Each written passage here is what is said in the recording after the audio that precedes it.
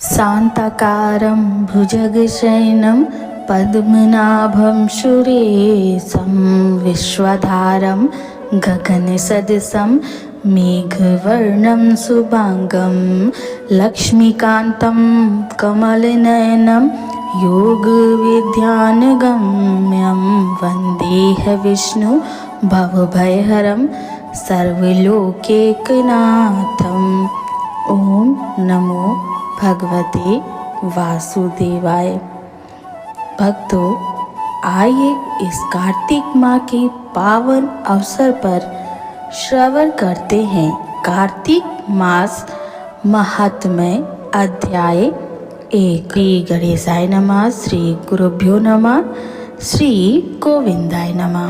नैमिषारण्य तीर्थ में श्री सूत जी ने 88,000 सनकादिक ऋषियों से कहा, अब मैं आपको कार्तिक मास की कथा विस्तार पूर्वक सुनाता हूँ, जिसका श्रवण करने से मनुष्य के सभी पाप नष्ट हो जाते हैं और अंत समय में वैकुंठ धाम की प्राप्ति होती है। सूत जी ने कहा, श्री कृष्ण जी से अनुमति लेकर देवर्षि नारद के चले जाने के पश्चात सत्यभामा प्रसन्न होकर भगवान श्री कृष्ण से बोली, हे प्रभु, मैं धन्य हुई, मेरा जन्म सफल हुआ। मेरी जैसी त्रैलोक्य सुंदरी के जन्मदाता भी धन्य है, जो आपकी 16,000 स्त्रियों के बीच में आपकी परम प्यारी पत्नी बनी। मैंने आपके साथ नारद जी को वह कल्पवृक्ष आदि पुरुष विधि पूर्वक दान में दिया, परंतु वही कल्पवृक्ष मेरे घर लहराया करता है। यह बात मृत्यु लोक में किसी स्त्री को ज्ञात नहीं। हे त्रिलोकीनाथ, मैं आपसे कुछ पूछने की इच्छुक हूँ। आप मुझे कृपया कार्तिक महात्म्य की कथा विस्तार पूर्वक सुनाइए, जिसको सुनकर मेरा हित हो और जिसके करने से कल पर्यंत भी आप मुझसे विमुख ना हो। सूत जी आगे बोले, सत्यभामा के ऐसे वचन सुनकर श्री कृष्ण ने हंसते हुए सत्यभामा का हाथ पकड़ा और अपने सेवकों को वहीं रुकने के लिए कहकर विलास युक्त अपनी पत्नी को कल्पवृक्ष के नीचे ले गए और फिर हंसकर बोले, हे प्रिय, 16,000 रानियों में से तुम मुझे प्राणों के समान प्यारी हो। तुम्हारे लिए मैंने इंद्र एवं देवताओं से विरोध किया था। हे कांते, जो बात तुमने मुझसे पूछी है उसे सुनो। एक दिन मैंने तुम्हारी इच्छा पूर्ति के लिए गरुड़ पर सवार होकर इंद्र लोक जाकर कल्पवृक्ष मांगा। इंद्र द्वारा मना किए जाने पर इंद्र एवं गरुड़ में घोर संग्राम हुआ और गोलोक में भी गरुड़ जी गौ से युद्ध किया। गरुड़ जी की चोट से उनके कान एवं पूंछ कटकर गिरने लगे, जिससे 3 वस्तुएं उत्पन्न हुई।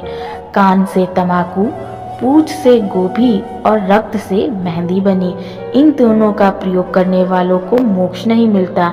तब गौओं ने भी क्रोधित होकर गरुड़ पर वार किया, जिससे उनके 3 पंख टूटकर गिर गए। इनके पहले पंख से नीलकंठ, दूसरे से मोर और तीसरे से चकवा चकवी उत्पन्न हुए। हे प्रिय, इन तीनों का दर्शन करने मात्र से ही सुफल प्राप्त हो जाता है।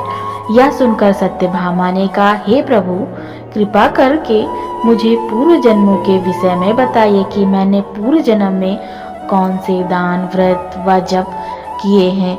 मेरा स्वभाव कैसा था, मेरा जन्मदाता कौन था और मुझे मृत्यु लोक में जन्म क्यों लेना पड़ा। मैंने ऐसा कौन सा पुण्य कर्म किया था जिससे मैं आपकी अर्धांगिनी हुई। श्री कृष्ण ने कहा, हे प्रिय, अब मैं तुम्हारे द्वारा पूर्व जन्म में किए गए पुण्य कर्मों को विस्तार पूर्वक कहता हूँ, उसे सुनो। पूर्व समय में सतयुग के अंत में मायापुरी में आत्री गोत्र में वेद वेदांत का ज्ञाता देव शर्मा नामक एक ब्राह्मण रहता था। वह प्रतिदिन अतिथियों की सेवा, हवन और सूर्य भगवान का पूजन किया करता था। वह सूर्य के समान तेजस्वी था। वृद्धावस्था में उसे गुणवती नाम की कन्या प्राप्त हुई। उस पुत्रहीन ब्राह्मण ने अपनी कन्या का विवाह अपने चंद्र नामक शिष्य के साथ कर दिया। वह चंद्र को अपने पुत्र के समान मानता था और चंद्र भी उसे अपने पिता की भांति सम्मान देता था। एक दिन वे दोनों कुश व समिधा लेने के लिए जंगल में गए। जब वे हिमालय की तलहटी में भ्रमण कर रहे थे, तब उन्हें एक राक्षस आता हुआ दिखाई दिया। उस राक्षस को देखकर भय के कारण उनके अंग शिथिल हो गए और वे वहां से भागने में भी असमर्थ रहे। तब उस काल के समान राक्षस ने उन दोनों को वहीं मार डाला। चूंकि वे धर्मात्मा थे, इसलिए मेरे पार्षद उन्हें मेरे वैकुंठ धाम में मेरे पास ले आए।